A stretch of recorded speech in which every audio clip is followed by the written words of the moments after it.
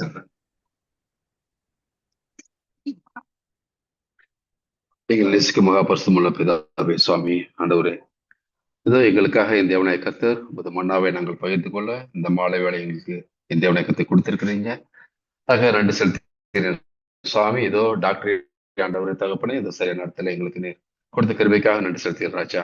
உமது சத்தியம் ஆண்டவரே மிகவும் பயனுள்ளதாக ஒவ்வொரு வாரமும் இருக்கிறதுக்காக நன்றி செலுத்துகிறேன் ராஜா. இதோ நாங்கள் வருங்காலங்களை குறித்தும் வருங்காலத்தை குறித்தும் இப்போது நாங்கள் எப்படி வாழ வேண்டும் என்பதை குறித்து நாங்கள் ஒரு வாரம் நாங்கள் ஆராய்ந்து வருகிறோம். அதற்காக நன்றி செலுத்துகிறேன் சுவாமி.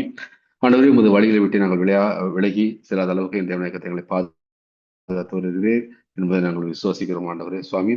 இதோ இந்த வாரத்தில் ஆண்டவரே சுவாமி, அதை வெளிப்படுத்தும் சுவிசேஷத்தை குறித்து நாங்கள் தியானிக்கும் பொழுது என் தேவனாய கர்த்தர் ஏதோ சகோதரரை மறைத்து என் தேவனாய கர்த்தரை வெளிப்படுங்க.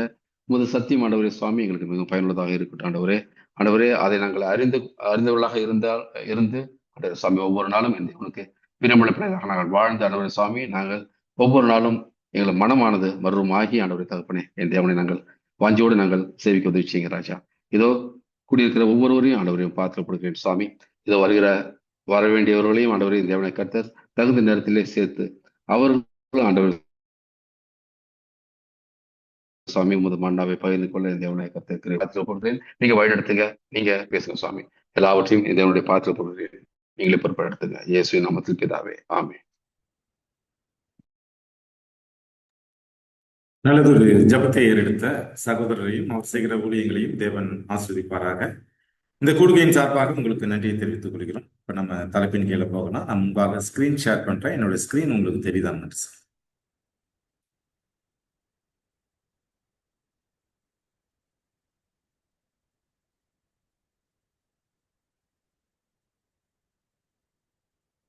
என்னோட ஸ்கிரீன் உங்களுக்கு தெரியுதுங்களா?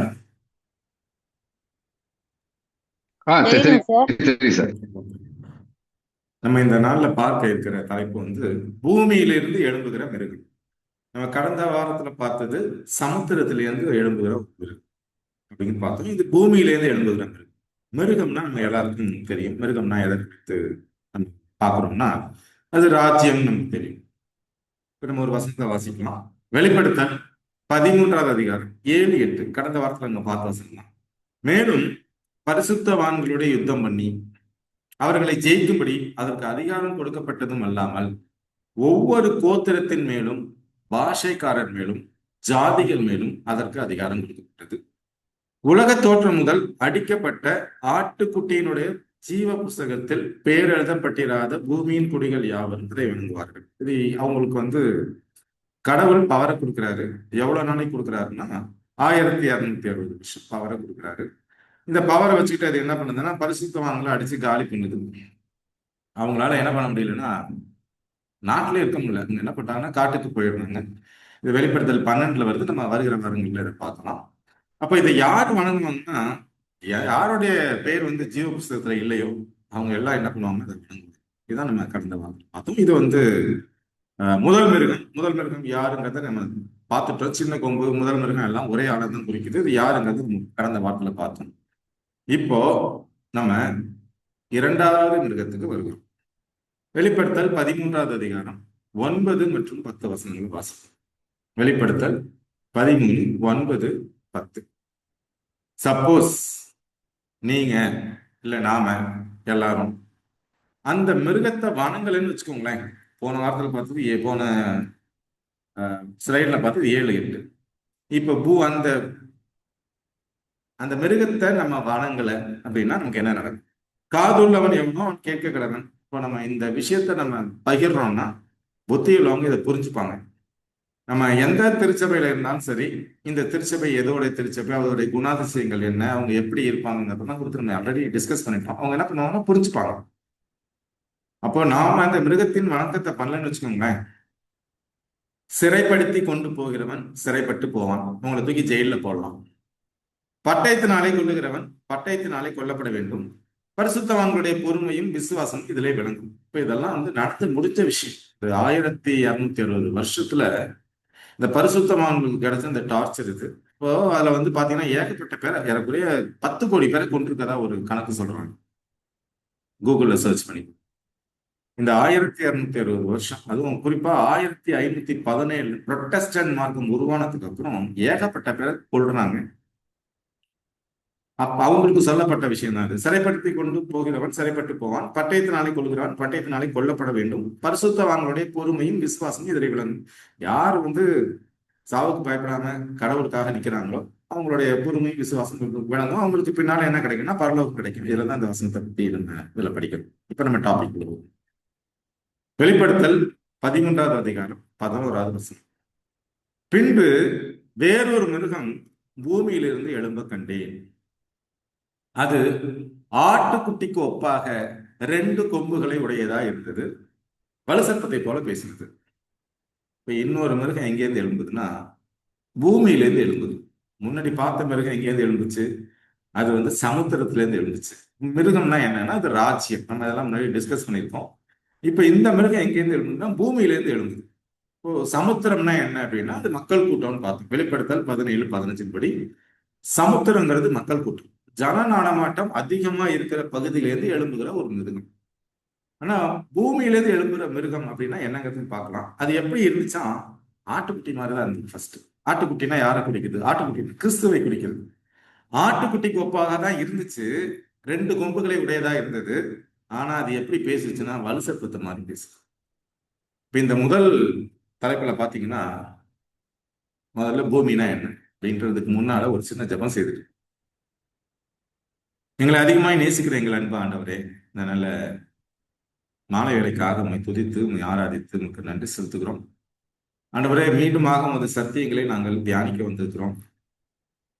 எங்களுடைய அகக்கண்களை திறந்து உமது வேதகமத்தின் அதிசயங்களையும் ரகசியங்களையும் காணும்படியாக செய்யும் சாமி. இதற்கு ஒரு ஆவியானோடைய உத்தாசை எங்களுக்கு தேவை. இந்த ஆவியானோடைய உத்தாசை இல்லாம எங்களால் அதை படிச்சுக்க முடியாது, புரிஞ்சு கொள்ள முடியாது சாமி.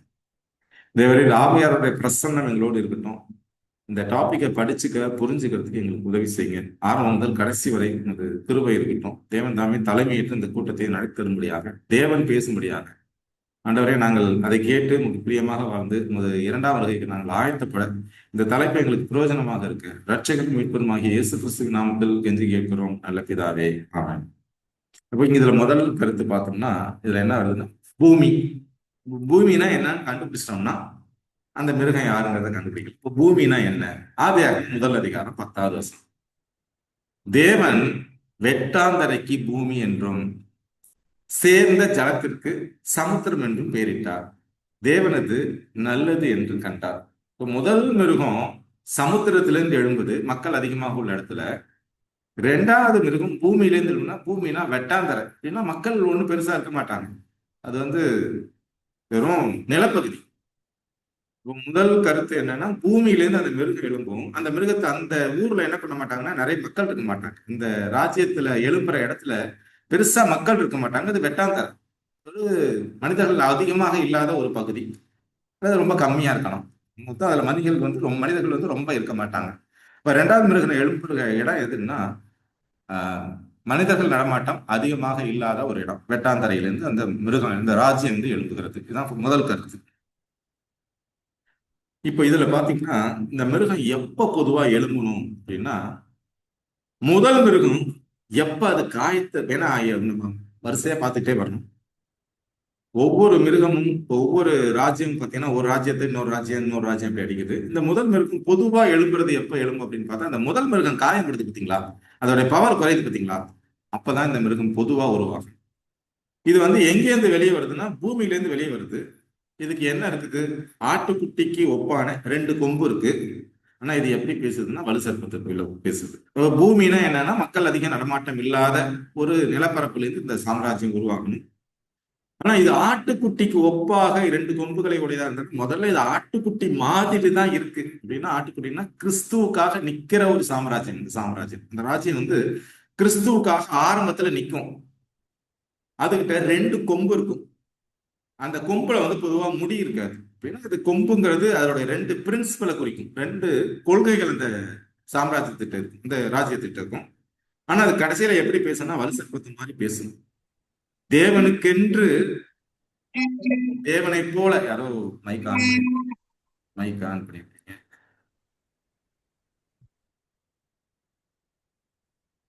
இப்ப இந்த சாம்ராஜ்யம் பொதுவா அந்த முதல் மிருகம் எப்போ உழுவுது 1798. சோ அந்த காலகட்டங்கள்ல தான் இந்த சாம்ராஜ்யம் உருவாகணும். இது அதிகம் நடமாட்டம் இல்லாத ஒரு நிலப்பரப்புல இருந்து தான், வெட்டாந்தரை, மக்கள் அதிக நடமாட்டம் இல்லாத இடத்துல இருந்து இது உருவாகணும். இது ஆட்டுக்குட்டினா தேவனுக்கென்று நிற்கக்கூடிய ஜனங்கள், தேவனுடைய குணத்தை வெளிப்படுத்தக்கூடிய ஒரு ஜனங்கள் மாதிரிதான், ஜனங்களாலதான் இந்த சாம்ராஜ்யம் ஆரம்பிக்கப்படுது. இதுக்குள்ள 2 கொம்பு இருக்கு. அந்த கொம்பு என்னங்கிறது பார்க்கலாம். ஆனா இது கடைசியில எப்படி பேசணும்னா வலுசற்பது மாதிரி பேசும். இப்ப தேவனுக்கென்று நிற்கிற ஒரு சாம்ராஜ்யம் கடைசியில எப்படின்னா, இவ்வளவு நாளா நம்ம பார்த்த சாம்ராஜ்யம் எல்லாமே அஞ்ஞான சாம்ராஜ்யம். ஆனா இந்த சாம்ராஜ்யம் கடவுளுக்கென்று உருவாகிற ஒரு சாம்ராஜ்யம். ஆனா கடைசியில எப்படி பேசணும்னா வலுசற்பத்தை போல பேசும். இதான் நம்ம இந்த வசனத்துல வாசிக்கிறோம். ஆஹ் வேறொரு மிருகம் பூமியிலிருந்து எழும்ப கண்டேன். அது ஆட்டுக்குட்டிக்கு ஒப்பாக 2 கொம்புகளை உடையதா இருந்தது. ஆனா கடைசியில எப்படி பேசும்னா வலுசற்பத்தை போல அது பேசும். இந்த சாம்ராஜ்யம் 1700 வரைக்கும் பெருசா இதுல இது ஆக்சுவலா கூகுள் இருந்து எடுத்ததுதான். 1700 வரைக்கும் பாத்தீங்கன்னா ஒன்றும் பெருசா இதுல பாப்புலேஷனே கிடையாது. இன்னும் சொல்ல போனா இந்த கண்டத்தை, இந்த நிலப்பரப்பை தேவன் தன்னுடைய பிள்ளைகளுக்காக 5000 வருஷம் ஒழிச்சு வச்சிருந்திருக்காரு, யாருக்கும் காமிக்காம. இப்ப இந்த முதல் மிருகம் காலத்துல பாத்தீங்கன்னா இந்த உலகத்துல இருக்கிற கண்டங்கள்ல 3 கண்டத்துலதான் மக்கள் வாழ்றாங்க. மக்களுக்கு அவ்வளவுதான் தெரியும். என்னென்ன கண்டம்? ஏசியா, ஆப்பிரிக்கா, ஐரோப்பா. இந்த 3 கண்டத்துலதான் மக்கள் வாழ்றாங்க. இதுதான் அவங்களுக்கு தெரியும். அப்போ ஆஸ்திரேலியா ஒன்றும் கண்டுபிடிக்கப்படலை, நியூசிலாந்து தெரியாது, அதுக்கப்புறம் வட அமெரிக்கா தெரியாது, தென் அமெரிக்கா தெரியாது, ஆர்டிக் பகுதி தெரியாது, அண்டார்டிக் பகுதி தெரியாது. சோ இந்த நிலப்பரப்பு ஒரு பெரிய நிலப்பரப்பு, செழுமையான நிலப்பரப்பு. ஆனா இதுல மக்கள் யாருமே இல்லை. இதை கண்டுபிடிக்கிறது ஏறக்குறைய 1700களுக்கு 18ஆம் நூற்றாண்டுல தான் இது கண்டுபிடிக்கப்படுகிறது. யாரு கண்டுபிடிக்கிறாங்க? நம்ம ஹிஸ்டரியில படிக்கிறது வேற. நம்ம ஹிஸ்டரியில படிக்கிறது கொலம்பஸ் கண்டுபிடிச்சார் அப்படின்னா படிக்கிறோம். ஆனா இங்க பாத்தீங்கன்னா இந்த 1260 வருஷம், கிபி 538 இருந்து 1798 இந்த சாம்ராஜ்யம் உழுகிற அந்த 1260 வருஷமும் இவங்க தான் உலகத்தை ஆள்றாங்க. ஏறக்குறைய 13 நூற்றாண்டுகள் உலகத்தை ஆள்றாங்க. இவங்க கையில தான் மதமும் இருக்கு, இவங்க கையில தான் அரசியலும் இருக்கு. சரி, 2 வச்சுட்டு ஆள்றாங்க. அவங்களுக்கு பிடிச்சவங்க தான் யூரோப்ல ராஜா, பிடிக்காதவங்க என்ன பண்ணுவாங்கன்னா வெளியே எடுத்துட்டு வேற யாராவது ராஜாவை கொடுப்பாங்க. அப்போ ராஜாக்களை தள்ளி ராஜாக்களை ஏற்படுத்துற ஒரு தேவனா இருந்தாலும் இந்த உலகத்துல அந்த காலகட்டத்துல பாத்தீங்கன்னா தேவன் உங்க கையில 1200 வருஷம் ஒப்பு கொடுத்ததுனால அவங்க தான் என்ன பண்றாங்கன்னா ராஜாக்களை தள்ளி ராஜாக்களை ஏற்படுத்துறாங்க. அவங்க சொல்றதை கேட்கலையா, அப்ப என்ன ஆகுதுன்னா அந்த ராஜாவை தள்ளி விட்டுட்டு வேற ஒரு ராஜாவை ஏற்படுத்தும். சோ அந்த மாதிரியான காலங்கள். இந்த முதல்ல இந்த சாம்ராஜ்யம் உருவாகிறதுக்கு அடிப்பட்டவர் யாருன்னா கிபி 1517 மார்ட்டின் லூத்தர். இந்த மார்ட்டின் லூத்தர் ஒரு ஆர்சி சாமியார். இவர் எந்த நாட்டை சேர்ந்தவர்னா ஜெர்மன் நாட்டை சேர்ந்தவர். இவர் எந்த பாரிஷோடைய சாமியார்னு பார்த்தோம்னா ஃபாதர்னு பார்த்தோம்னா விட்டன்ஸ்போர்க்குங்கிற நகரத்துடைய ஃபாதர். அந்த விட்டன்போர்க்குங்கிற ஒரு நகரத்துல இருக்கிற ஒரு சர்ச்சில் அவர் ஃபாதரா இருக்கிறாரு. அவர் ஏதோ ஒரு நோக்கத்துக்காக ரோமுக்கு போறாரு. ரோமுக்கு போகும்போது ரோம் லைப்ரரியில, அதாவது வேட்டிகன், இப்போ இருக்க வேட்டிகன் பிரசன்ட், அப்போ இருந்த ரோம் லைப்ரரியில, கத்தோலிக்க திருச்சி லைப்ரரியில அவருக்கு புக்கு கிடைக்குது. அந்த புக்கை படிக்கிறாரு. அதுதான் பைபிள். அப்ப யாருமே பைபிள் வச்சுக்க கூடாது. அந்த பைபிள்ல சொல்லப்படுகிற கருத்துக்களுக்கும் அப்போ இருந்த திருச்சபையின் கருத்துக்களுக்கும் ஏகப்பட்ட டிஃபரன்ஸ் இருக்கு. அவர் படிச்சுட்டு வர்றாரு. தேவன் அவரை கருவியா பயன்படுத்துறாரு. ஒரு சீர்திருத்தத்தை கொண்டுட்டு வரணும்னு அவரை பயன்படுத்துறாரு. அவர் என்ன பண்றாருன்னா ஏறக்குறைய 95 99 கரெக்டா எனக்கு எக்ஸாக்டா தெரியல, நீங்க கூகுள் பண்ணி பாருங்க, உங்களுக்கு தெரியும். கிபி 1517 அக்டோபர் மாசம் 30ஆம் தேதி அவர் என்ன பண்றாருன்னா ஒரு கான்செப்ட் எழுதுறாரு. பைபிளுக்கும் இதுக்கும் என்னென்ன கான்ட்ரடிக்டான வசனங்கள் எழுதி, திருச்சபையினுடைய கொள்கைகளுக்கும் பைபிளுக்கும் எவ்வளவு விரோதமாக இருக்குங்கிறத எழுதி விட்டன்ஸ்போர்க்குங்கிற சர்ச்சோடைய இந்த வாசல்ல அடிக்கிறாரு. தொழுகைக்கு வர்றவங்க அதை படிச்சு பார்க்கறாங்க.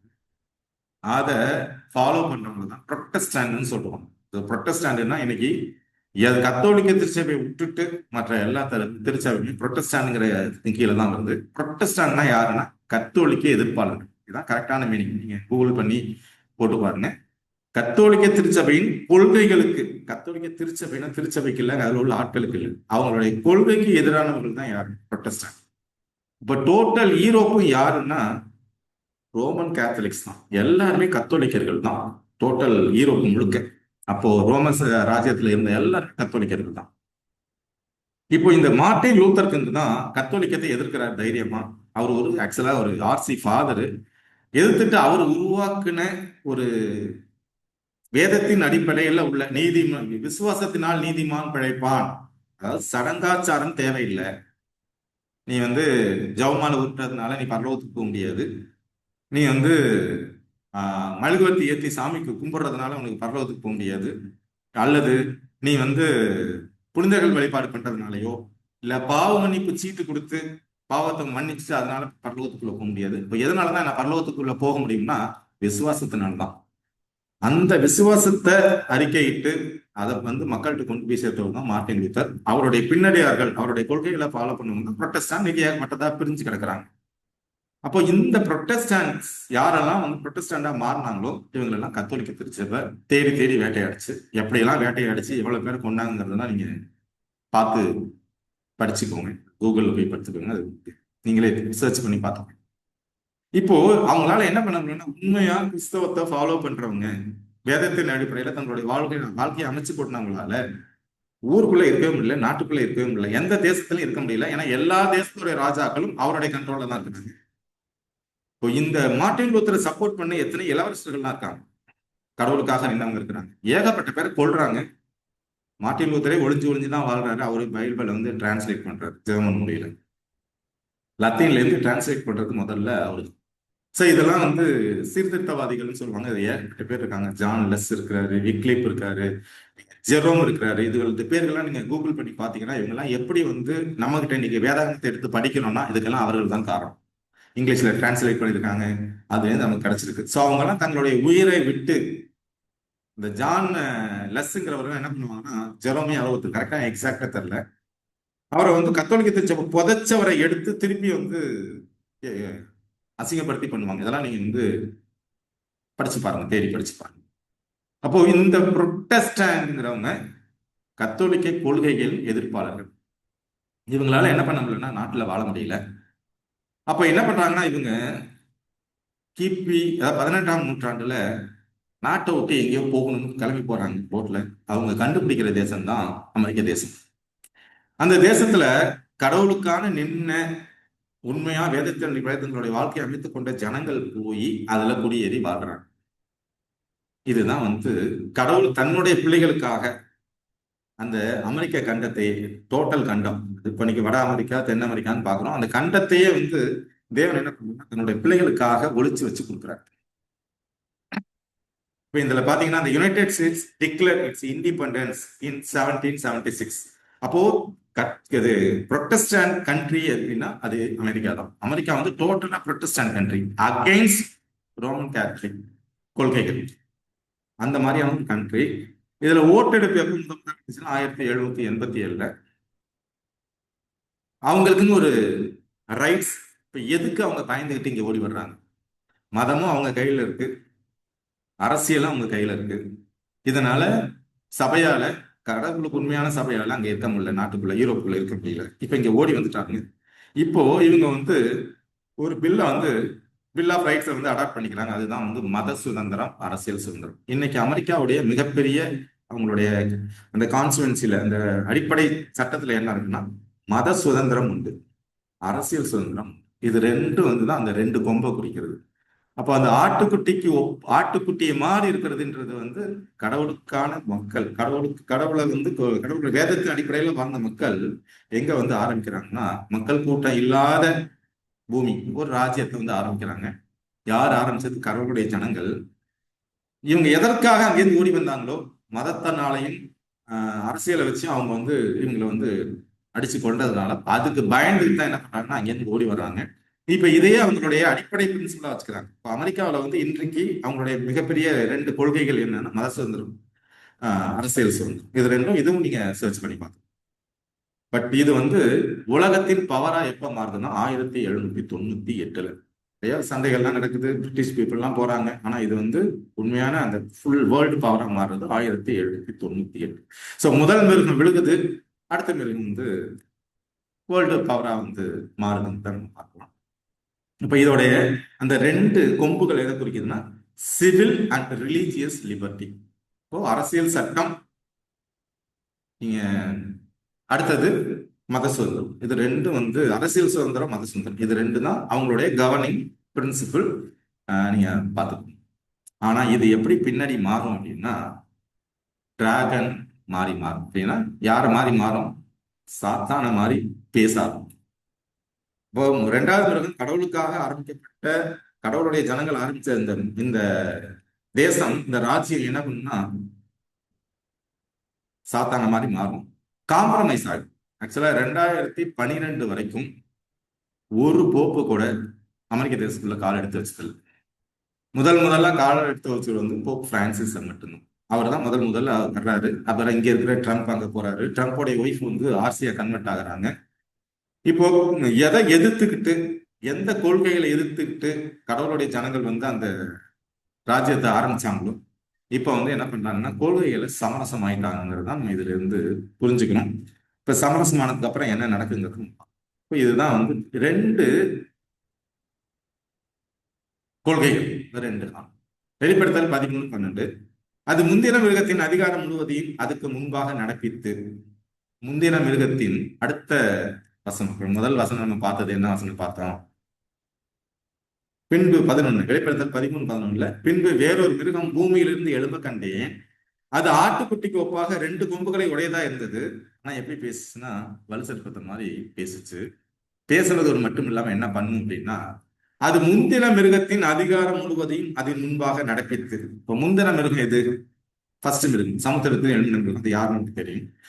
அந்த மிருகத்துடைய அதிகாரம் முழுவதையும் அதன் முன்பாக நடப்பித்து. இப்ப அந்த முந்தின மிருகத்துக்கு பவர் இப்ப இல்லை. அதுக்கு வந்து ரிலீஜியஸ் பவர் தான் இருக்கு, பொலிட்டிக்கல் பவர் கிடையாது. ஆனா இன்னைக்கு உலகத்துல யாருக்கு பவர் இருக்கு, உலகத்துக்கு யார் நாட்டமைன்னா யுஎஸ்ஏ தான். நம்ம எல்லாருக்கும் தெரிஞ்ச விஷயம். இப்போ அது அதோடைய ராஜ்யம் தான் நடந்துட்டு இருக்கு. இப்போ பார்த்தோம்னா ஒண்ணும் இல்லாத விஷயத்துக்கு அதோடைய கிரீன்லாண்ட்ல கேக்குது. இங்க பாத்தீங்கன்னா வெனிசுலாவை அடிச்சு காலி பண்ணிடுச்சு. இப்ப ஈரான்கிட்ட போய் நிக்குது. இப்ப இன்னைக்கு டோட்டல் உலகத்தையும் வெறும் அந்த அதிகாரத்தை வச்சு, பணத்தை வச்சு, ஏன்னா அதோடைய கரன்சி தான் டோட்டல் முழுக்க இன்னைக்கு வந்து உலகம் முழுக்க அதை தான் யூஸ் பண்றோம் எல்லாரும். பிரிக்ஸ் அதை எதிர்த்து நின்றுட்டு இருக்காங்க. இப்ப இது என்ன பண்ணா அந்த முந்தின மிருகத்தின் அதிகாரம் முழுவதையும் அதன் முன்பாக நடப்பித்து சாவுக்கு ஏதுவான காயம் ஆற சொஸ்தமடைந்த முந்தின மிருகத்தை பூமியும் அதன் குடிகளும் வணங்கும்படி செய்தது. இப்ப இது ரெண்டாவது மிருகம் என்ன பண்ணும்னா சாவுக்கு ஏதுவாகி காயம் படிச்சு பாருங்களா, அந்த மிருகத்தை இதுதான் வணங்கும்படி நம்மளை செய்யும். அப்போ இது ஒரு லா கொண்டு வரும்னா எது லா கொண்டு வரும்னா இதுதான் லா கொண்டு வரும். இதுக்கு இப்போ என்ன நடக்க போகுது அடுத்தது? இப்போ ஃபியூச்சர்ல உலகத்துல என்ன நடக்கும்? அமெரிக்க பொருளாதாரம் கீழே விழணும். கீழே விழுந்ததுக்கு அப்புறம் முந்தின மிருகம் என்ன பண்ணும்னா அமெரிக்காவை டேக் ஓவர் பண்ணும். அமெரிக்காவுக்கு சப்போர்ட் வரும். இதுகிட்ட வெப்பன் இருக்கு, பவர் இருக்கு, அதுகிட்ட ரிலீஜியன் இருக்கு. இப்போ முன்னாடி எப்படி வந்து 538க்கு முன்னால அந்த 3 கொம்புகளை பிடிங்கிட்டு இந்த சின்ன கொம்பு எப்படி போஸ்டிங்க்கு வந்துச்சோ, அப்ப எப்படி ஜஸ்டினியன் தன்னுடைய அரசியல் பவரை கொண்டு போய் அந்த ரோம பிஷப் கிட்ட கொடுத்து அது வந்து 530 பவருக்கு வந்துச்சோ, அதே போல அமெரிக்கா என்ன பண்ணும்னா பவரை வந்து அந்த மிருகத்துக்கு கொடுக்கும். இது வரப்போற நாட்கள்ல இன்னும் ஒரு வருஷத்துலயோ இல்லை இந்த வருஷத்துலயோ இதுக்கான வேலைகள் இப்ப நடந்துகிட்டு இருக்கு. நம்மளே வந்து டெய்லி நியூஸ்ல பாக்குறோம். இப்ப இந்த 2வது பூமியிலேருந்து எழும்புற இந்த 2வது மிருகம் அதோட எக்கனாமி விழுந்ததுக்கு அப்புறம் முதல் மிருகத்தை டேக் ஓவர் பண்ணும். 2 பேரும் சேருவாங்க. சேர்ந்ததுக்கு அப்புறம் இந்த புரொட்டஸ்டன்ட் அப்படின்னா விழுந்து போன புரொட்டஸ்டன்ட், நார்மலா இருந்த நல்ல ஆட்டுக்குட்டி கோப்பாக இருந்த ஒரு சாம்ராஜ்யம் தான், அது இப்ப விழுந்து போச்சு. இந்த விழுந்து போன இந்த 2வது மிருகம் என்ன பண்ணும்னா முதல் மிருகத்துக்கு பவரை கொடுக்கும். முதல் மிருகத்தை வணங்கும்படி இதுதான் செய்யும். அதான் முந்தின மிருகத்தின் அதிகாரம் முழுவதையும் அதன் முன்பாக நடப்பித்து. அவங்க சப்போர்ட் பண்ணணும்னு அது சொல்லணும்ல. சாவுக்கு ஏதுவான காயம் ஆற சொஸ்தமடைந்த முந்தின மிருகத்தை பூமியும் அதன் குடிகளும் வணங்கும்படி செய்தது. இது வரைக்கும் நம்ம பார்த்தது, இதுக்கு முன்னாடி வரைக்கும் பார்த்தது, இது வரைக்கும் நடந்து முடிஞ்ச விஷயம். ஆனா இந்த வசனம் பார்க்க போறது அடுத்தது இது என்ன பண்ண போகுது. இது என்ன பண்ணும்? அதோடைய அதிகாரத்தை அதுக்கு ஒரு பவர் இருந்துச்சு பார்த்தீங்களா, அந்த பவரை திரும்பி இது கொடுத்து அந்த மிருகத்தை வணங்கும்படி இது செய்யும். அப்போ ரோமன் கத்தோலிக்கத்தை வணங்க செய்ய போறது யாருன்னா விழுந்து போன புரொட்டஸ்டாண்ட். புரொட்டஸ்டாண்ட் கடவுளுக்காக நின்ன ஒரு ராஜ்யம் இப்ப விழுந்து போச்சு. அந்த விழுந்து போன சாம்ராஜ்யம் என்ன பண்ணும்னா அந்த அவங்களுக்கு வந்து பவரை கொடுக்குங்கிறது தான் இந்த வசனம். இதை நம்ம பார்த்தோம் லாஸ்ட் வீக்கே பார்த்தோம். சாவுக்கு எதிரான காயம் எப்படின்னா பிப்ரவரி மாசம் 15ஆம் தேதி 1798 பிரெஞ்சு ட்ரூப்ஸ் வந்து ரோம்குள்ள என்ட்ரு ஆகிறாங்க. என்ட்ராகி ஜெனரல் பெத்தியர் தலைமையில போப் பயஸ் VI வந்து அதை விட்டு போஸ்டிங் விட்டு தூக்கி தூக்கி ஜெயிலில் போடுறாங்க. அவர் இறந்து போறாரு. இதெல்லாம் ஹிஸ்டரி நீங்க கூகுள் பண்ணி பார்த்துக்கணும். அப்ப இந்த காயம் எப்போ இது ஆறுது, சாவுக்கு ஏதுவான காயம் எப்போ ஆற சொஸ்தம் அடையுதுன்னா கிபி 1929 பிப்ரவரி மாசம் 11ஆம் தேதி. அப்போ வந்து இத்தாலியோட பிரைம் மினிஸ்டரா இருந்த பெனிட்டோ முசோலினிங்கிறவரு, அப்போ போப்பா இருந்த கிங் விக்டருடைய முன்னிலையில, கிங் விக்டர் இமானுவேல் III அவருடைய முன்னிலையில கார்டினல் செக்ரட்டரி ஆஃப் ஸ்டேட், அது பேர் கூட வந்து பியட்ரோ காஸ்பாரி, அப்புறம் போப் பயஸ் XI இவங்க எல்லாம் சேர்ந்து ஒரு அக்ரிமெண்ட்டை போட்டு அதை எப்ப கொடுக்குறாங்கன்னா ஜூன் மாசம் 7ஆம் தேதி 1929 புதுசா ஒரு நகரத்தை கொடுக்குறாங்க. அது எத்தனை ஏக்கர்? 121 ஏக்கருங்கிறத நம்ம போன வாரத்தில் பார்த்தோம். இப்ப உருவானதுதான் வேட்டிகன் சிட்டி. இந்த வேட்டிகன்ங்கிறதுக்கு பேரே வந்து தெய்வீக பாம்பு. நீங்க லாட்டின்ல வேட்டிகனுக்கு என்ன பேருன்னு கூகுள்ல பண்ணி பாத்தீங்கன்னா அது தெய்வீக பாம்புன்னு வரும். கடவுளுக்கு எதிரான ஒரு ஆளு பேரை தான் அந்த வந்து சிட்டிக்கே வச்சிருக்காங்க. அடுத்தது நான் வந்து வெளிப்படுத்தல் 11 பார்த்தது அந்த மிருகத்துக்கு ஒரு குணாதிசயங்களை பார்த்தோம். ரெண்டாவது வெளிப்படுத்தல் 13-12 பார்த்தது அந்த மிருகம் வந்து ரெண்டாவது மிருகம் எப்படி முந்தின மிருகத்தை வணங்க செய்யுங்கிறத பார்த்தோம். எப்படி வணங்க செய்ய போகுதுங்கிறது பின்னால வரப்போகுது. நமக்கு இன்னும் 1 வருஷத்துலயே 2 வருஷத்துலயே தெரியணும், இல்ல 4 வருஷத்துல 5 வருஷத்துல கூட தெரியணும். அடுத்தது வெளிப்படுத்தல் 13 அன்றியும் அது மனுஷருக்கு முன்பாக வானத்திலிருந்து பூமியின் மேல் அக்கினியை இறங்க பண்ணத்தக்கதாக பெரிய அற்புதங்களை நடப்பித்து. இந்த விழுந்து போன புரொட்டஸ்டாண்ட் என்ன பண்ணுன்னா பெரிய பெரிய அற்புதம் செய்யும். இதுல இருக்கிறவங்க கவனமா பாருங்க, தப்பா எதுவும் புரிஞ்சுக்காதீங்க. இதுல என்னன்னா பெரிய பெரிய அதிசயம், வானத்திலிருந்து பூமியில கீழே வந்து அக்கினியை இறங்க பண்றது எப்படி ஒரு அதிசயமா இருக்கும், அதே போல நிறைய அதிசயங்களை நடப்பிக்கும். இன்றைக்கு வந்து நிறைய சபைகள்ல பாத்தீங்கன்னா அப்படி கையை நீட்டுறாங்க, 10 பேர் உழுவுறாங்க, வீல் சேர்ல வர்றவங்க. ஒரு ராஜன் சார் ஒரு ஷேர் பண்ணாரு, வீல் சேர்ல நொண்டியா வருவாங்க, எழுந்து சுத்திக்கிட்டே போவாங்க. இது மாதிரி பெரிய பெரிய அதிசயங்கள்லாம் நடப்பிக்கும். அன்றையும் அது மனுஷருக்கு முன்பாக வானத்திலிருந்து பூமியின் மேல் அக்கினியை இறங்க பண்ணத்தக்கதாக பெரிய அற்புதங்களை நடக்கும். பெரிய பெரிய அதிசயங்கள் அற்புதங்கள் எல்லாம் இனிமேல் நடக்கும். இன்னும் நம்ம இப்ப பாக்குறதோட இன்னும் வரப்போற நாட்கள்ல இன்னும் பெரிய பெரிய அதிசய அற்புதம்லாம் நடக்கும். அந்த மாதிரி இது அற்புதத்தை பண்ணி மக்களை என்ன பண்ணணும், ஏமாத்தும். எல்லாமே நம்ம வாசிக்கணும் பாருங்க. ஆமோஸ் 3:7 தேவன் தன்னுடைய தீர்க்கதரிசிகள்கிட்ட தன்னுடைய பிள்ளைகள்கிட்ட சொல்லாமல் ஒரு காரியத்தையும் செய்ய மாட்டாங்கிறது போல எல்லாமே தேவன் சொல்லியிருக்கிறார். ஆனா கோட் வேர்டா சொல்லியிருக்காரு, நம்ம கோட் பண்ணி பார்க்கிறோம். இந்த ரெண்டாவது மிருகம் என்ன பண்ணும், விழுந்து போன புரொட்டஸ்டாண்ட் என்ன பண்ணும்னா இது வந்து பெரிய பெரிய அற்புதங்கள் அதிசயங்கள்லாம் நடந்து நிறைய பேர் வந்து நம்ம ஊர்ல தான் ஒரு சின்ன விஷயத்துக்கே ஆஹா ஓகுன்னு சொல்றாங்க. அப்போ இன்னைக்கு மக்கள் என்ன பண்ணுவாங்கன்னா தேவனுடைய அந்த அடிப்படை எது, வசனம், அந்த வசனத்தை விட்டுட்டு அற்புதத்தை நம்பி எல்லாம் பின்னாடி ஓடுவாங்க.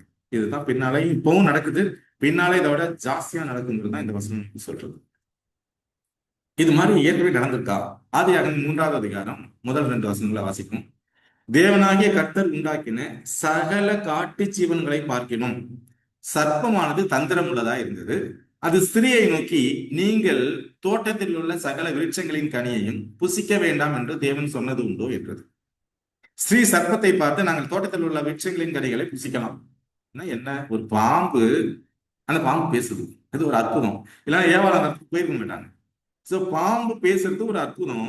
அந்த அற்புதத்தை நம்பி என்ன பண்ணுதுன்னா அந்த அம்மா போகுது. ஆனா அந்த பாம்பு என்ன பண்ணுதுன்னா, பாம்புக்குள்ள இருக்கிறது யாருன்னா சாத்தான். நீங்கள் தோட்டத்தில் உள்ள சகல விருட்சங்களின் கனியையும் புசிக்க வேண்டாம் என்று தேவன் சொன்னது உண்டோ அப்படின்னா, நீங்க பழமே சாப்பிடக்கூடாதுன்னு தேவன் சொன்னாரா? நீங்க இந்த மரத்தும் அப்படின்னு கேட்கல, விவரமா கேக்குது. எப்படி கேக்குதுன்னா, நீங்க பழமே சாப்பிடக்கூடாதுன்னு தேவன் சொன்னாரா அப்படின்னா, ஸ்ரீ சர்ப்பத்தை பார்த்து இல்ல, நாங்க தோட்டத்தில் உள்ள விருட்சங்களின் கனியை புசிக்கலாம், ஆனாலும் தோட்டத்தின் நடுவில் இருக்கிற விருட்சத்தின் கனியை தேவன் நீங்கள் சாகாதபடிக்கு அதை புசிக்கவும் தொடவும் வேண்டாம் என்று சொன்னார். அப்பொழுது சர்ப்பம் ஸ்திரியை நோக்கி, நீங்கள் சாகவே சாவதில்லை, நீங்கள் இதை புசிக்கும் நாளிலே உங்கள் கண்கள் திறக்கப்படும் என்றும் நீங்கள் நன்மை தீமை அறிந்து தேவர்களை போல இருப்பீர்கள் என்றும் தேவன் அறிவார் என்றது. சோ விஷயத்தை என்ன பண்ணுது இப்ப இருக்கு, என்ன ஒரு அற்புதம் நடக்குது. பாம்பு பேசுது, பாம்பு பழத்தை பிடிச்சு சாப்பிட்டு காமிக்குது. இதனால அந்த அம்மா என்ன பண்றாங்கன்னா போறாங்க, ஏமாந்துடுறாங்க, விழுந்து போறாங்க, புருஷனுக்கும் கொடுக்குறாங்க, புருஷனும் சாப்பிடுறாரு, சாப்பிட்டுச்சு. அதோடைய பலனை வந்து இன்னைக்கு நம்ம ஒவ்வொருத்தரும். இதே போல பின்னாளிலும் அற்புதங்களை செய்து இந்த இரண்டாவது மிருகம் என்ன பண்ணும்னா அதை விழுந்து போன புரோட்டஸ்டாண்ட் மக்களை இப்பவும் ஏமாத்துது. வருகிற நாட்கள்லையும் என்ன பண்ணும்னா ஏமாத்துங்கிறத நம்ம கவனமா இருக்கும். வெளிப்படுத்தல் 13வது அதிகாரம் 14வது வசனம். மிருகத்தின் முன்பாக அந்த அற்புதங்களை செய்யும்படி தனக்கு கொடுக்கப்பட்ட சத்துவத்தினாலே பூமியின் குடிகளை மோசம் போக்கி பட்டயத்தினாலே காயப்பட்டு மிளைத்த மிருகத்திற்கு ஒரு சொரூபம் பண்ண வேண்டும் என்று பூமியின் குடிகளுக்கு சொல்லிட்டு. இப்போ இது என்ன பண்ணுது? திரும்ப இந்த ரெண்டாவது மிருகம் என்ன பண்ணணும்னா கடவுள் அதுக்கு ஒரு விஷயத்தை கொடுத்துருக்காரு. என்ன? அற்புதங்களை செய்யற விஷயத்தை கொடுத்துருக்காரு. கடவுள் கொடுத்துருக்கல, வேற ஒரு காரியத்தை வச்சுதான் அந்த அற்புதங்கள் நடக்குது. மிருகத்தின் முன்பாக அந்த அற்புதங்களை செய்யும்படி தனக்கு கொடுக்கப்பட்ட சத்துவத்தினாலே, இதுக்கு அற்புதம் செய்யற ஒரு சத்துவம் கிடைச்சிருக்கு. அது என்ன பண்ணுன்னா அந்த அற்புதத்தை வச்சு பூமியின் குடிகளை மோசம் போக்கும். இப்போ இன்னைக்கு நிறைய மக்கள் விழுந்து போறதுக்கு காரணம் அற்புதம். இப்போ பூமியின் குடிகளை என்ன பண்ணும்னா தனக்கு கொடுக்கப்பட்ட பவரை வச்சு என்ன பண்ணும்? பூமியின் குடிகளை மோசம் போக்கும். அற்புதத்தை நம்பி நிறைய பேர் விழுந்து போவாங்க. இதனாலதான் தேவன் வந்து மத்தேயு 24 என்ன சொல்றாருன்னா, நீங்கள் வீட்டை விட்டு புறப்படாதீங்க அப்படின்னு. நீ போகாத. எப்படி ஆதாமுக்கும் ஏவாளுக்கும் விஷயத்த சொன்னார். இப்ப நீங்க 2 பேரும் தனியா போகக்கூடாது, பிரிஞ்சு போகக்கூடாது. ஆனா அந்த அம்மா தனியா போகுது, மாட்டிக்குது. அதே போல பின்னால நம்மள என்ன பண்ணக்கூடாதுன்னா, இங்க ஒரு அற்புதம் நடக்குது, இன்னைக்கு திருச்சியில ஒரு அற்புதம் நடக்குது, அங்க போனா கேன்சர் கட்டியிலிருந்து குணமாகும், ஹார்ட் அட்டாக்ல இருந்து சரியாகும், இப்படி ஏதாவது விஷயத்த சொல்லுவாங்க. போனோம்னா அவ்வளவு விழுந்துரும். இப்போ அதனால என்ன பண்ணக்கூடாதுன்னா அது அற்புதத்தை நம்பி நம்ம போகக்கூடாதுங்கிறது புரிஞ்சுக்கணும். இப்போ அது வந்து தனக்கு கொடுக்கப்பட்ட அற்புதங்களை செய்யும்படி கொடுக்கப்பட்ட சத்துவத்தினாலே பூமியில் உள்ள எல்லாரையும் மோசம் போக்கும். எல்லாரும் அது எந்த டினாமினேஷன்ல இருந்தாலும் சரி, கிறிஸ்டியனா இருந்தாலும் சரி, இந்துவா இருந்தாலும் சரி, முஸ்லீமா இருந்தாலும் சரி, கீழே விழுந்து போகும். மோசம் போக்கி என்ன பண்ணுன்னா பட்டயத்தினாலே காயப்பட்டு பிழைத்த மிருகம், முதல் மிருகம்.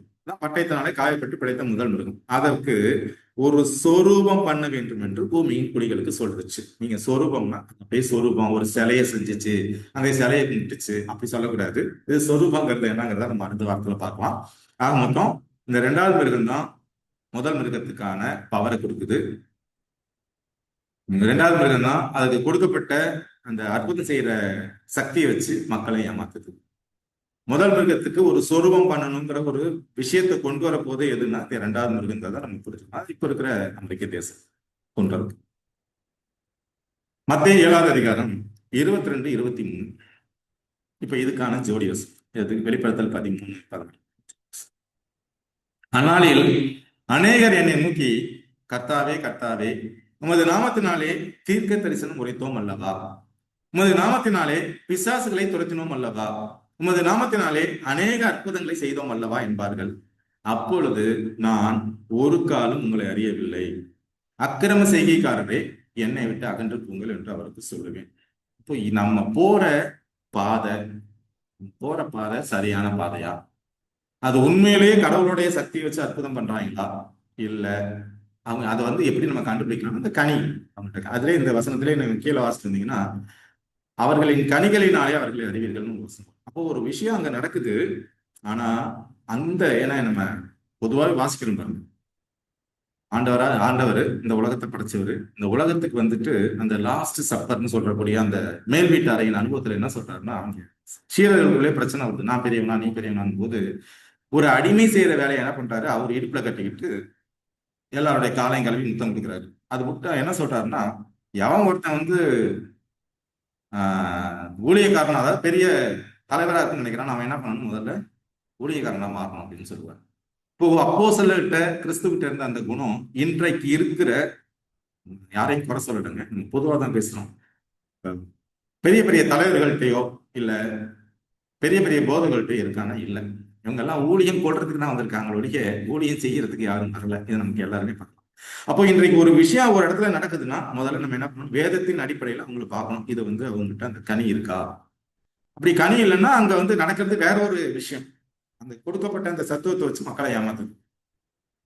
அப்பொழுது நான் ஒரு காலம் உங்களை அறியவில்லை, இப்படிதான் கடைசி நல்ல சொல்லுவார். இப்ப நானும் அங்கதான் போனேன், நானும் தீர்க்க தரிசனம் உரைச்சேன், நானும் பிசாசுல துரத்தினேன், நானும் நிறைய அற்புதம்லாம் செஞ்சேன் அப்படின்னு போய் நம்ம நிற்கும் போது கடைசி நாள்ல உங்களை எனக்கு தெரியாதுப்பா அப்படின்னு சொல்லிட்டு. ஏன்னா நீ வந்து வேதத்தின் அடிப்படையில உன் வாழ்க்கையை அமைச்சுக்கல. ஸோ எல்லாமே நம்மளுடைய ரட்சிப்பு, அந்த ரட்சிப்புங்கிற விஷயத்துல நம்ம கவனமா இருக்குங்கிறதுக்காக தான் நம்ம புரிஞ்சு கொள்றதுக்காக தான் அதை வந்து பேசுறோம்.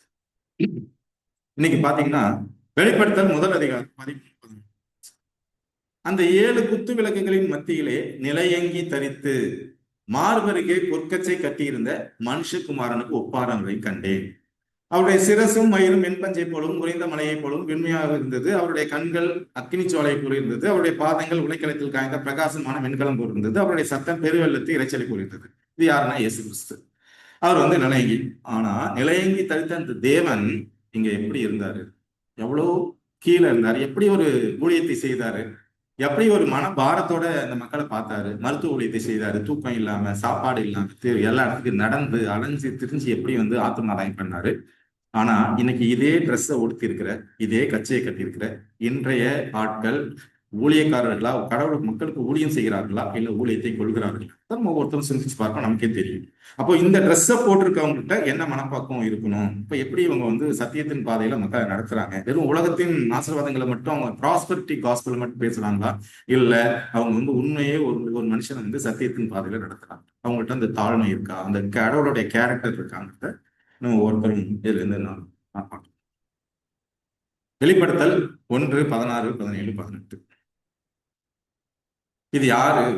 நமது வலது கரத்துல 7 நட்சத்திரங்களை ஏந்தி கொண்டிருந்தார். அவர் வாயிலிருந்து இருபுறமும் கருப்புள்ள பட்டயம் புறப்பட்டது. இது இருபுறமும் கருப்புள்ள பட்டயம்னா வசனம். அவருடைய முகம் வல்லமையாய் பிரகாசிக்கிற சூரியனை போல் இருந்தது. நான் அவரை கண்டபோது செத்தவனை போல அவருடைய பாதத்தில் விழுந்தேன். அப்பொழுது அவர் தம்முடைய வலது கரத்தை என் மேல் வைத்து என்னை நோக்கி, பயப்படாதே, நான் முந்தினவரும் பிந்திரரும் உயிருள்ளவருமாய் இருக்கிறேன். மரித்தேன், ஆனாலும் இதோ சதா காலங்களில் உயிரோடு இருக்கிறேன். ஆமென். நான் மரணத்திற்கும் பாதாளத்திற்கும் திறவுகோலை உடையவராய் இருக்கிறேன். என்ன சொல்றாரு? நான் செத்தேன், சரிச்சுட்டு போனேன், ஆனா இப்போ உயிரோட இருக்கிறேன். இது வந்து கிறிஸ்து வந்து யோவானுக்கு தரிசனத்துல காமிக்கும் போது வெளிப்படுத்துற விஷயம். இது கிறிஸ்துவ. நான் மரணத்திற்கும் பாதாளத்திற்கும் உரிய திறவுகோள்களை உடையவரா இருக்கிறேன். அப்ப திறவுகோள், மரணத்திற்கு பாதாளத்துக்குரிய திறவுகோள் யார்ட்ட இருக்கு? தேவன்கிட்ட தான் இருக்கு. ஆனா இன்னைக்கு ரோமன் கத்தோலிக்க திருச்சபையோட பிளாக்ல பாத்தீங்கன்னா ஒரு பக்கம் தங்க சாவி, இன்னொரு பக்கம் வெள்ளி சாவி, மேல பாத்தீங்கன்னா 3 அடுக்கு கிரீடம். அப்படின்னா என்ன? மரணத்துடைய சாவியையும் பாதாளத்துடைய சாவியும் நான் தான் வச்சிருக்கிறேன். பரலோகத்திற்கும் பூலோகத்திற்கும் பாதாளத்திற்கும் நான் தான் ராஜா. சாவி என்கிட்ட தான்.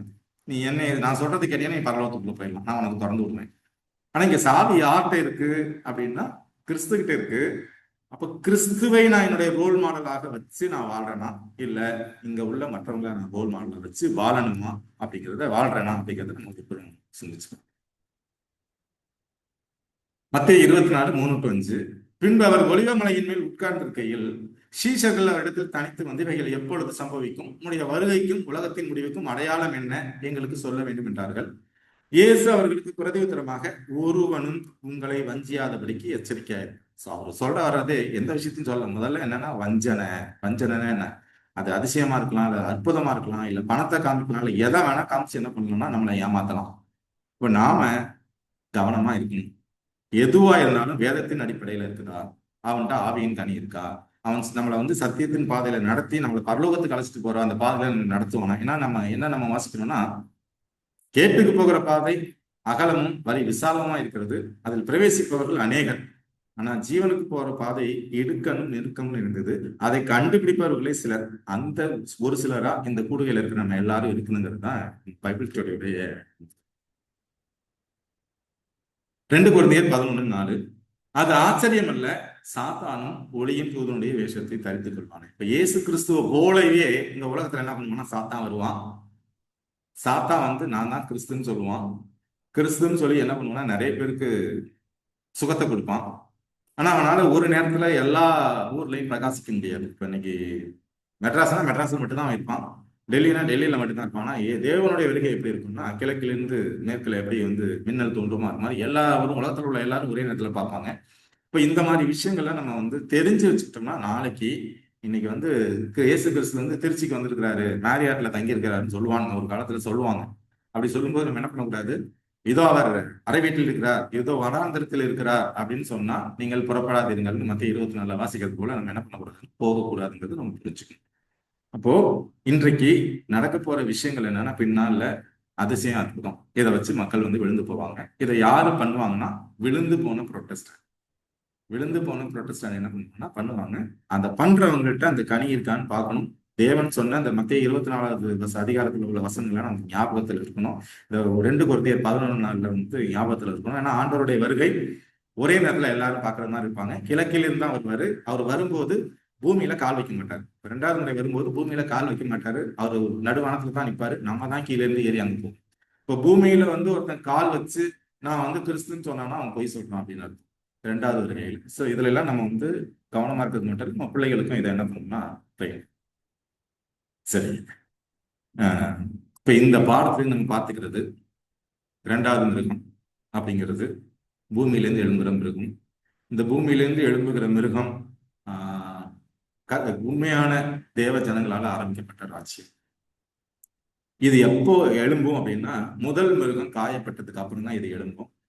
இது காயப்பட்டதுக்கு எழும்புற எப்போ இந்த மிருகம் எழும்புதுங்கிற அந்த காலக்கணக்கெல்லாம் வச்சு பார்க்க போனோம்னா, அந்த 18ஆம் நூற்றாண்டுல தான் அமெரிக்க தேசம் என்ன பண்ணுதுன்னா உருவாகுது. அது வந்து என்ன தேசம்னா டோட்டலா புரொட்டஸ்டன்ட் தேசம். ஆனா இப்போ வந்து அங்கேயும் கத்தோலிக்கம் வந்து தான் இருக்கு. இதுல இருக்கிற கத்தோலிக்க சகோதரர்கள் வந்து தப்பாலாம் எடுத்துக்காதீங்க. ஏன்னா புரொட்டஸ்டன்ட் அப்படின்னாலே இதுதான் அர்த்தம். அதையும் போய் ஏஐல கூகுள்ல போட்டு பாருங்க. புரொட்டஸ்டன்ட்னா என்ன அப்படின்னா, கத்தோலிக்க திருச்சபையுடைய கொள்கைகளை எதிர்க்கிறவங்க தான் புரொட்டஸ்டன்ட். இதுல இருக்கிறது வந்து 2 தாமஸும் தாஸ் மட்டும்தான் இதுல வந்து இதுல இன்னும் அதிலே இருக்கிறீங்க.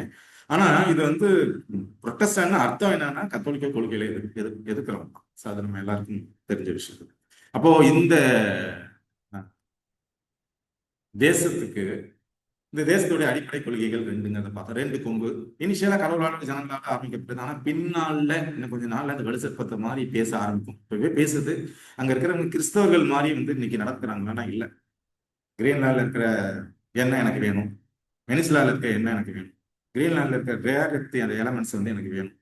அது மாதிரி ஒவ்வொரு இதுல என்ன பண்றாங்கன்னா, இப்போ இங்க இதுல பாக்குறோம் அந்த என்ன தேசம் காசால எவ்வளவு பிரச்சனைகள், எவ்வளவு மக்கள் சாப்பாடு இல்லாம எவ்வளவு பேர் சாகுறாங்க, அதை அடிக்கிறதுக்கு வெப்பன் கொடுக்கறது யாரு?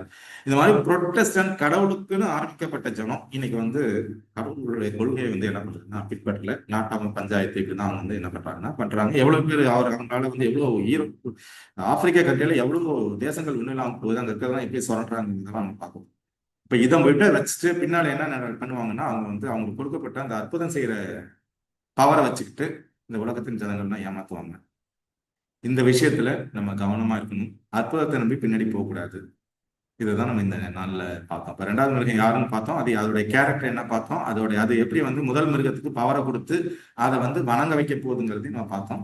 இதுக்கப்புறம் ஒரு 4-5 வசனங்கள் இருக்கு. இதை வந்து நம்ம அடுத்த வாரத்துல மிருகத்தின் முத்திரையா பார்க்கலாம். இந்த வாய்ப்பை கொடுத்த தேவனுக்கும் இந்த கூடுகையில் பங்கு பெற்றவர்கள் அனைவருக்கும் என்னுடைய நன்றியை தெரிவித்துக் கொள்கிறேன். ஆமென். இதுல ஏதாவது சந்தேகங்கள் இருந்தா நம்ம வந்து டிஸ்கஸ் பண்ணலாம்.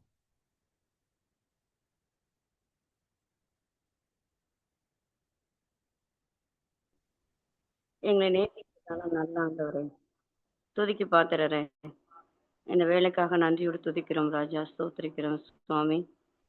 ஆண்டவரே, இதோ கடந்த நாட்கள் முழுவதும் நீங்க கண்மணி போல பாதுகாத்து இந்த நேரத்தை எங்களுக்காக கொடுத்து சுவாமி உங்களுடைய சத்திய வசனங்களை நாங்கள் கேட்டு உணர நீங்கள் கிருபை செய்திருக்கீங்க. அதற்காக நன்றி செலுத்துகிறோம் சுவாமி. நாங்கள் கேட்பதோடு மாத்திரமல்லாமல் தகப்பனே, அதன்படி வாழ பசுத்தாவியானவர் எங்களுடைய கரத்தை பிடித்து வழிநடத்தி செல்ல வேண்டுமாய் கெஞ்சுகிறோம் ஆண்டவரே. கர்த்தாவே, இதோ உங்களுடைய தாசனை கொண்ட ஆண்டவரே, நீர் இந்த ஊழியத்தை நடத்தி வருகிறீர் சுவாமி. நன்றி செலுத்துகிறோம் சுவாமி. கொடான கொடி தோத்திரங்களையும் துதிப்புலிகளையும் மேலடிக்கிறோம் ஆண்டவரே. தகப்பனே, இந்த கூடுகையிலே பங்கெடுத்துக் கொண்டிருக்கக்கூடிய அத்துணை ஆத்துமாக்களையும் என் தேவன் தாமே குடும்பங்களையும் ஆசீர்வதிக்க வேண்டுமா கெஞ்சுகிறோம் சுவாமி. ஆண்டவரே, இதோ மகனுடைய குடும்பத்தை நீங்க ஆண்டவரே ஆசீர்வதிக்க வேண்டுமா கெஞ்சுகிறோம் சுவாமி. அதோ மகளுக்கு ஆண்டவரே இம்மட்டும் நீர் கொடுத்த சரீர சுகத்துக்காகவும் பலத்துக்காகவும் நன்றி செலுத்துகிறோம் ஆண்டவரே. ஆண்டவரே, இன்னும் ஆண்டவரே இருக்கக்கூடிய எல்லா விதமான குறைகளையும் நீக்கி போட்டு சுவாமி, சரீரத்துல ஆண்டவரே முழுவதுமாக சுகத்தை நீங்க கொடுக்க போகிற தயவுக்காக நன்றி செலுத்துகிறோம் சுவாமி. நமக்கு கோடி கோடியாய் துதிகளை அடிக்கிறோம் ஆண்டவரே. இதோ அன்பு பிள்ளைகளுக்காக வருகிறோம் சுவாமி. பிள்ளைகளுக்கு வேண்டிய நல்ல ஞானத்தினாலும் அறிவினாலும் சரீர சுகத்தினாலும் பலத்தினாலும் நீங்க நிறைக்க வேண்டும் கெஞ்சி சுபிக்கிறோம். மகனுடைய ஊழியத்தை ஆண்டவரே நீங்கள் ஆசீர்வதிங்க சுவாமி. ஆண்டவரே இதோ இந்த கூடுதலை பங்கெடுத்துக் கொண்டிருக்கக்கூடிய எங்கள் அத்தனை பேரையும் ஆண்டவரே நீர் கண்ணோக்கி பார்த்து கனிமை வழிநடத்த வேண்டுமா கெஞ்சுகிறோம். இந்த வேலையை ஆசீர்வத்தை தர முடியாது கூட மீண்டுமாய் கெஞ்சுகிறோம். துதிக்க நமக்கு எல்லாவற்றையும் உமக்கு அடிக்கிறோம். அன்பர் இயேசு நாமத்திலே ஜெபிக்கிறோம். ஜெபம் கேளும் நல்ல பிதாவே. ஆமென்.